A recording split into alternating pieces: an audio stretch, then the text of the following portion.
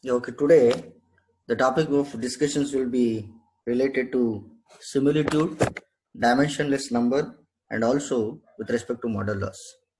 So, in the previous class, we dealt with the topics such as dimensional form, dimensional homogeneity, and dimensional analysis, and we concentrated on the Buckingham pi theorem. So, continuation of that, similitude. Any hydraulic structure, original structure, we call it as a prototype. Before construction of any structure, they are going to construct a model and the test will be conducted on the model. So there should be a similarity between the prototype and the model. So that similarity can be differentiated into three types. One is the geometric similarity, second one is the kinematic similarity, and the third one is the dynamic similarity.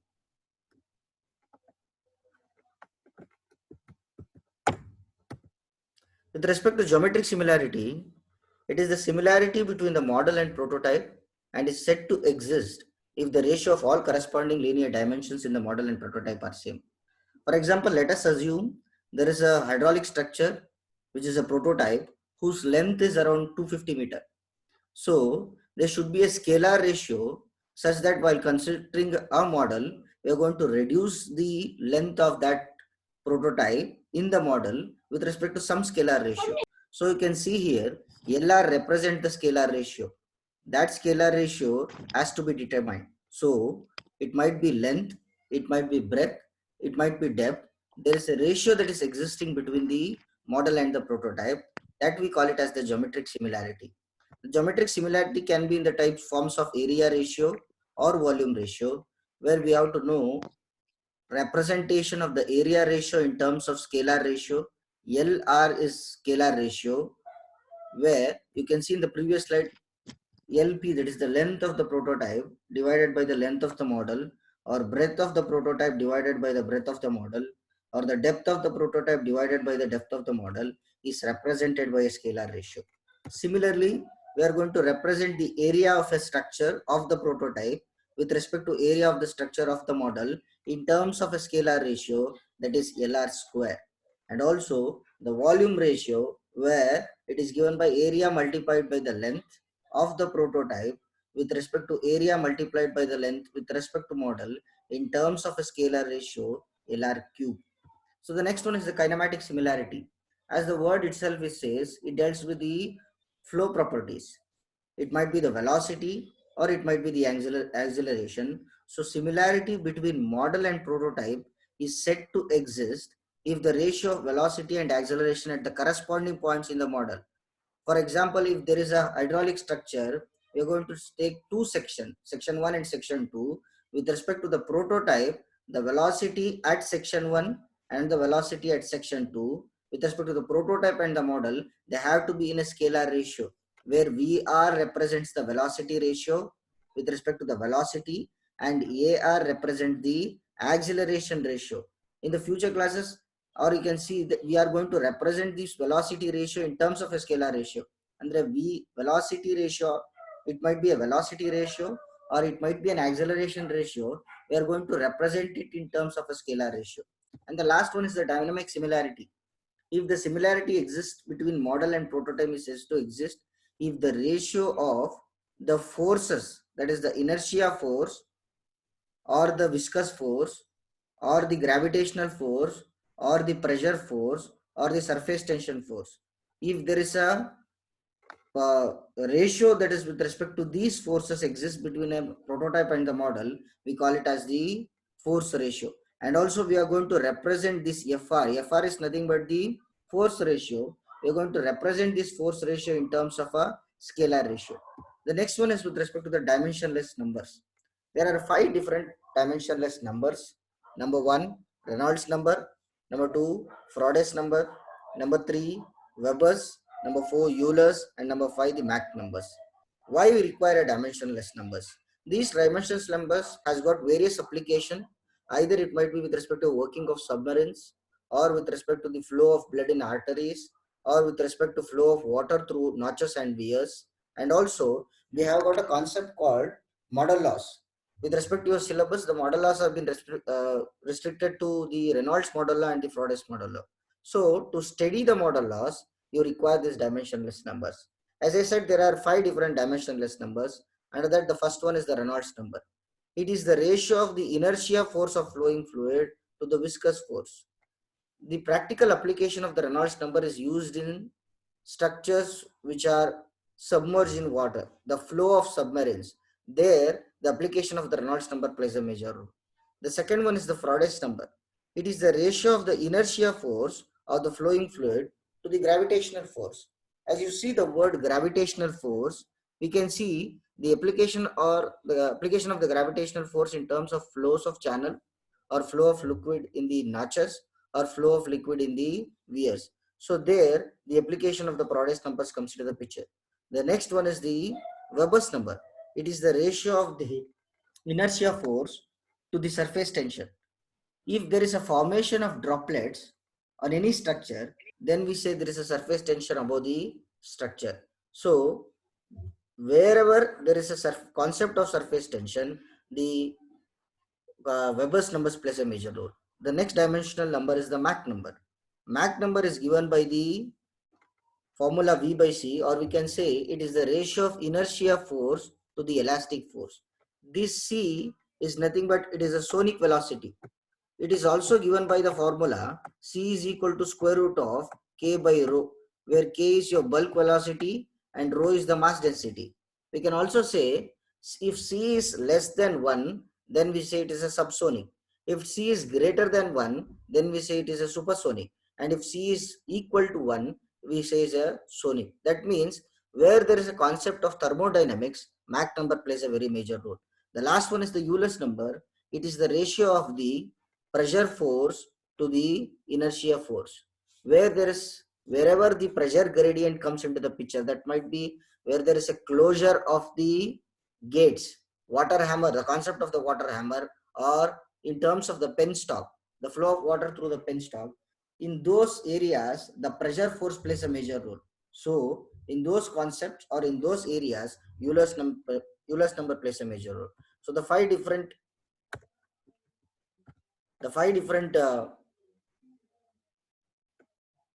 dimensionless number, as I said, number 1 Reynolds number, number 2 Froday's number, number 3 Weber's number, number 4 Mach number, and number 5 Euler's number. They might ask you what are the different dimensionless numbers and what is the practical application.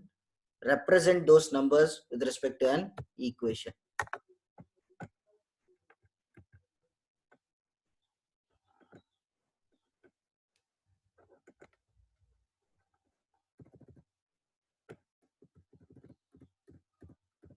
The last concept is model laws. There are 5 different model laws. With respect to 5 different dimensionless number, there are 5 different model laws. As I said, with respect to Reynolds number, there is a Reynolds model law. With respect to Froday's number, there is a Froday's model law. With respect to Weber's number, there is a Weber's model law. With respect to Mach number, there is a Mach model law. With respect to Euler's number, there is a Euler's model law. So, but with respect to your syllabus, they are concentrated with respect to 2 model laws. That is, one is the Reynolds model law and the other one is the Faraday's model law. As I said, Reynolds number plays a major role where the objects are submerged. Flow of a submarine, there the Reynolds number comes into the picture. Or what do you mean by a Reynolds model? Reynolds number of the model must be equal to the Reynolds number of the prototype. You can see here, Reynolds number is given by the formula rho VL by mu, where rho stands for the mass density of the fluid, V stands for the velocity of the fluid, L stands for the length of the object, and mu stands for the dynamic viscosity. This equation holds good if it is an open channel. So L comes into the picture when there is a open channel. Similarly, if the structure is a conduit section, that means if the structure is a pipe section, then L becomes D. Rho V L by mu becomes rho V D by mu, where the L will be replaced by the factor D. That means in conduit section, diameter plays a major role. In channels, length plays a major role. That means the Reynolds number with respect to the model, rho VL by mu with respect to the model will be equal to the Reynolds number with respect to prototype, rho VL by mu with respect to the prototype. Or if it is a conduit section, rho Vd by mu will be equal to rho Vd by mu of the prototype. Sometimes this equation can also be written as VL by nu. That means nu is nothing but the kinematic viscosity, where nu is given by, it is the ratio of dynamic viscosity divided by the mass density. Sometimes in the problem they might give you the dynamic viscosity, or sometimes in the problem they might give you the kinematic viscosity. If the kinematic viscosity is given, then we are going to use this equation, that is VL by nu, or it might be Vd by nu if it is a conduced section. The next one is the Reynolds model law, sorry, Froday's model law. Froday's model law is also, as I said, it is the Froday's number with respect to the model will be equal to the Froday's number with respect to prototype. As I said, Froday's number plays a major role, because it is the Froday's number is nothing but it is the ratio of the inertia force to the gravitational force. As the word itself is says, where there is a gravitational force, that means the flow of water through channels, or the flow of water through notches, or the flow of water through weirs, in these segments the gravitation flow plays a major role. Hence, wherever there is a gravitational flow, Froday's number comes into the picture. So what do you mean by Froday's model law? The Froday's number of the model must be equal to the Froday's number of the prototype. The Froday's number is given by the equation V by square root of GL, where V is the velocity of the flow, G is the acceleration due to gravity, L is the length of the section. The next one is, here we can say they have given an example problem.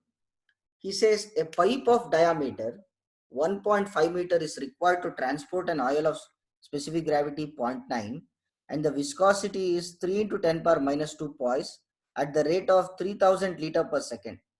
Tests were conducted on a 15 centimeter diameter pipe using water at 20 degrees centigrade. Find the velocity and rate of flow in the model. Viscosity of water at 20 degrees centigrade is 0.01 poise.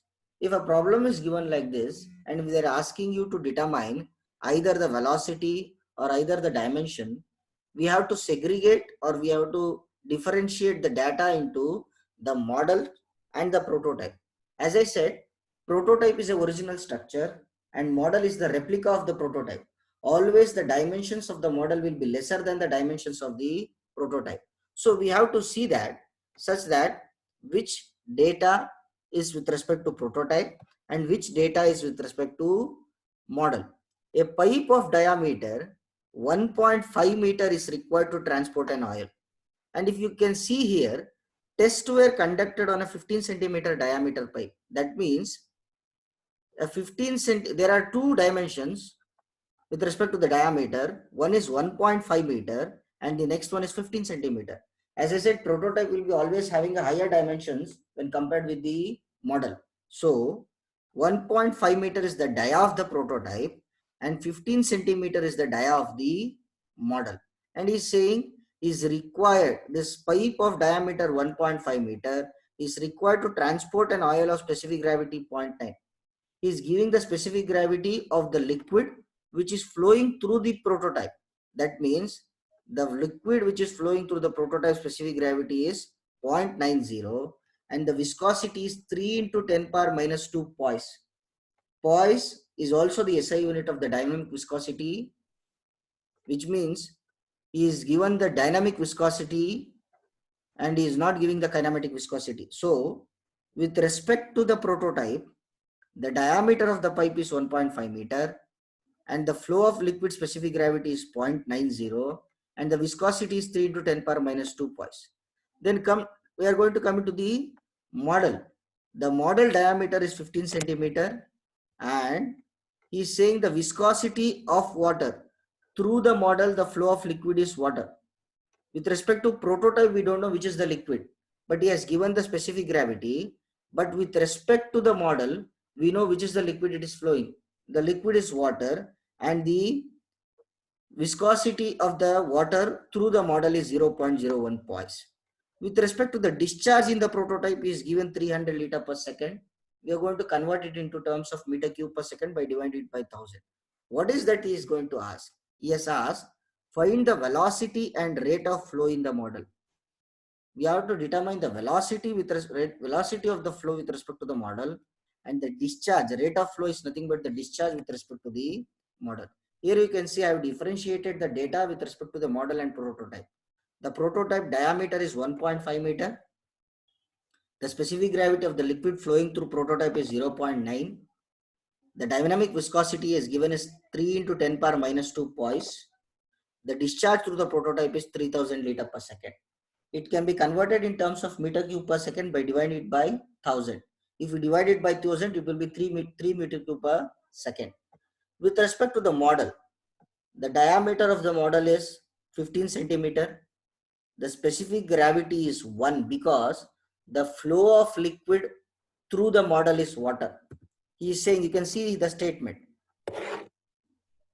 Well, viscosity of water at 20 degrees centigrade is 0.01 poise. So that means the liquid which is flowing through the model is water, where the specific gravity of water is 1. And the dynamic viscosity is 0.01 poise. He is asking us to determine the velocity through the model Vm and the discharge through the model Qm. So first of all, we have to decide whether to use the Reynolds model law or the Froday's model law. Reynolds model law equation is rho VL by mu or rho VD by mu.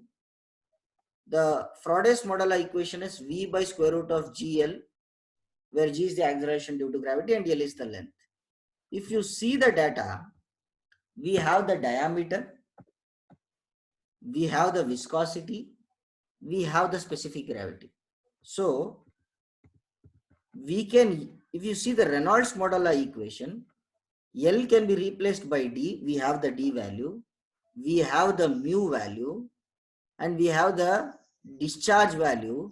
So hence we can fix into the Reynolds model law equation.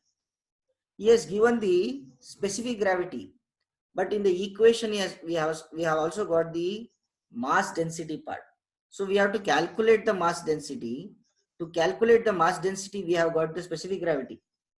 The specific gravity is given by the ratio density of the liquid to the density of the water. So if you see the data with respect to prototype, also we have got the specific gravity with respect to the flowing liquid, and also we know the liquid that is flowing through the model is water. Hence we have taken the specific gravity as 1. So using this specific gravity, that means with respect to prototype, the specific gravity is 0.9. The mass density of the water is 1000 kg per meter cube.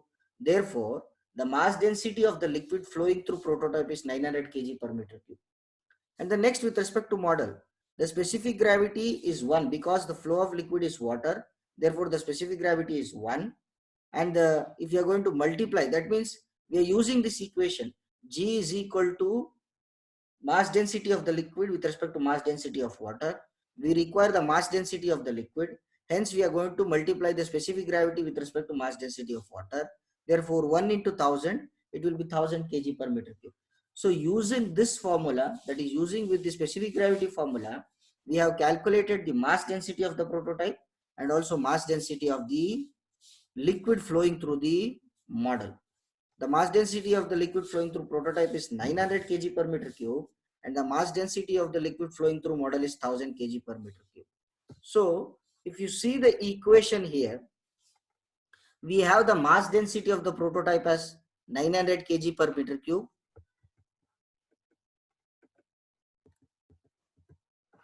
We have the velocity of the prototype, which is still an unknown.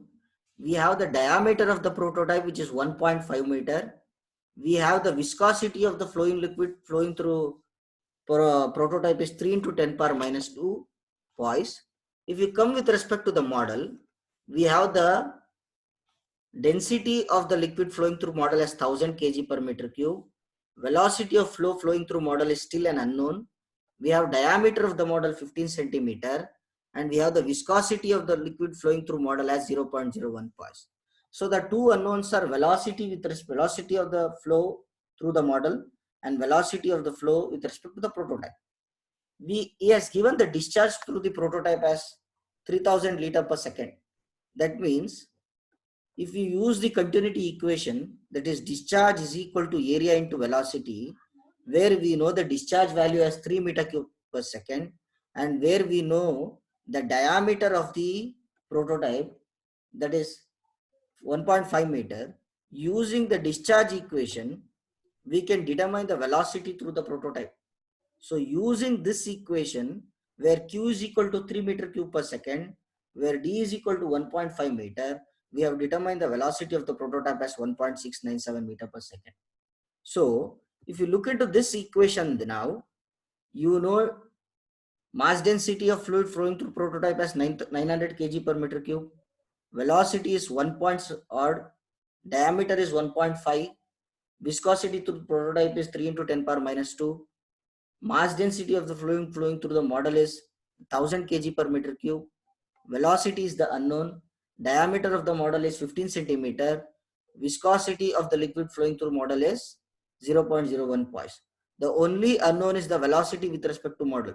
So if you use this equation 900, if you use the Reynolds model law, the only unknown is the velocity through the model.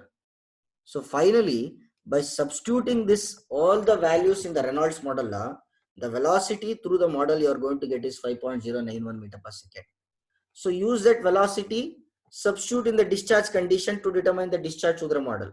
That means pi d square by 4 into Vm, where Vm is 5.091 meter per second, but the d parameter is going to change. That is the diameter through the model is 15 centimeter. So it's a very simple problem. The only thing is you have to bifurcate the data with respect to the prototype and the data with respect to the model. Once you have bifurcated the data as you are seeing in the screen, then it to decide which model you have to adopt. As I said, the syllabus has only restricted itself to Reynolds model law problem and the Frodot's model law problem. Either you are going to use this equation, that is rho VLB by mu or rho VD by mu, or V by square root of GL.